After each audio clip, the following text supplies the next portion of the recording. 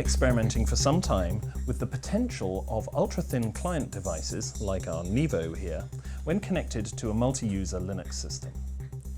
Today we'd like to show you this in a new form, which is this new monitor from Samsung. This may look like an ordinary monitor, but it has a significant difference. On the back here, with the conventional VGA and DVI input, there's a third one, USB. This is because this incorporates Display-Link's technology, which lets you send pixels over USB very fast. And that means you can put several of these monitors onto one machine without needing to install several graphics cards. This lets us do some quite interesting things. So Michael, this looks like a slightly unusual system in front of you. What can you tell me about it? Well, here we have a two-user Linux system. We have a keyboard, mouse and monitor here, both connected to the single PC down here. But what's unusual about this system is that the whole setup is done over USB. These monitors here have a single USB cable coming out of them, connected to this hub, which is in turn connected to the PC.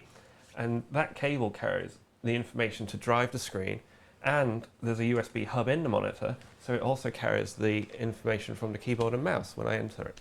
So you're not using any of the traditional connections on the back of a PC, a standard video card, standard keyboard? Indeed not. No, on this machine, everything comes out this single USB port here.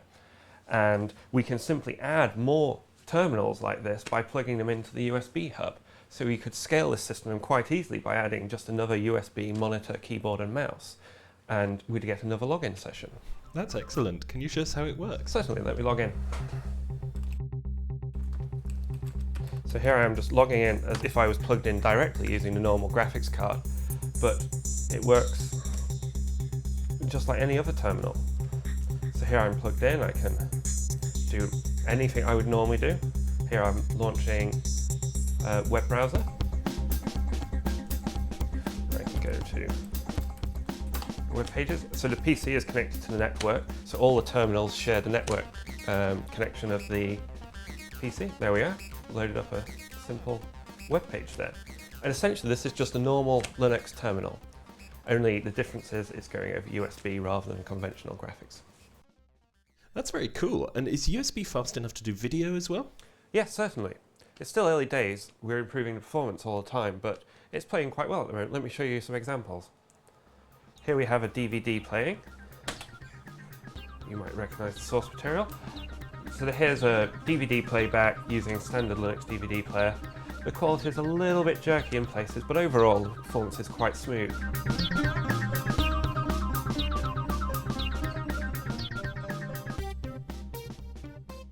And presumably if it was something like a YouTube video, it would be just fine now. Yep, let me show you an example of YouTube. Here we have YouTube playing in a web browser. It's a much smaller video, but as you can see the quality here is quite reasonable for a YouTube video, where the quality is less than a DVD to start with.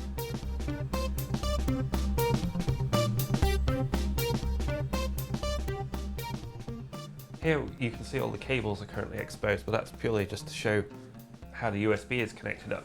In the real world, we'd have these nicely hidden away here, tidying up and having it quite a nice neat system with only one data cable going away to the PC.